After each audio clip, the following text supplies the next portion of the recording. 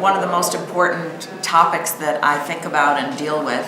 The way I try to approach it is to actually just very simply take reader concerns, take them back to the Times journalists, ask them to answer questions and address these issues, and then publish that.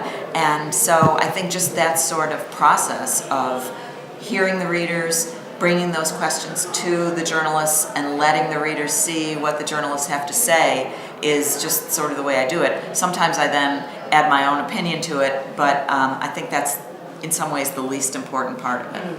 I think a really tough thing and a very challenging one for me to cover has been the coverage of the Times' coverage of the Middle East.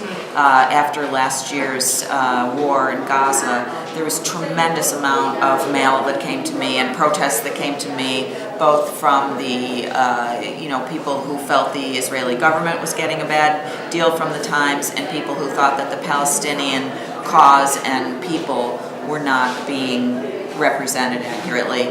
It's a very definition of a no-win, but I ultimately, after setting it aside over and over, I decided I needed to take it on in a bigger way, and I wrote kind of a long super column about it. I don't mean a super in the sense of being good, but super in the sense of being large, and just tried to deal with the issues on both sides and to try to draw some conclusions. I don't think that it was the greatest piece in the world, but at least it let people know that I was grappling with these issues, that the Times cares about fairness and accuracy in this realm. And I think one of the really tough parts about it is because the situation is so polarized and so partisan, what people would like to see very often is their point of view represented, and even the fairest journalism will still be called unfair. So it's a really tricky one.